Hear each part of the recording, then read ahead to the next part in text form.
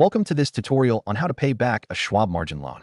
If you have borrowed money against your brokerage account and want to repay that loan, you can follow these simple steps to make the process smooth and straightforward. First, log into your Schwab account using your credentials. Once you are in, navigate to the Accounts tab.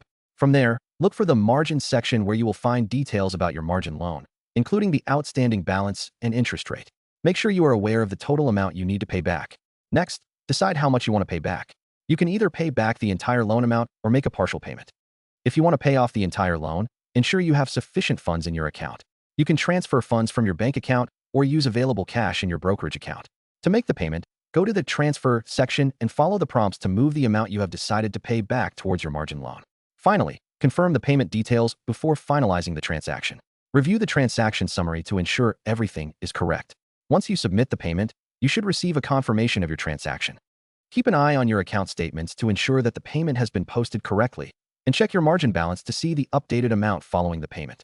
Thank you for watching, and we hope this helps you in managing your Schwab margin loan effectively.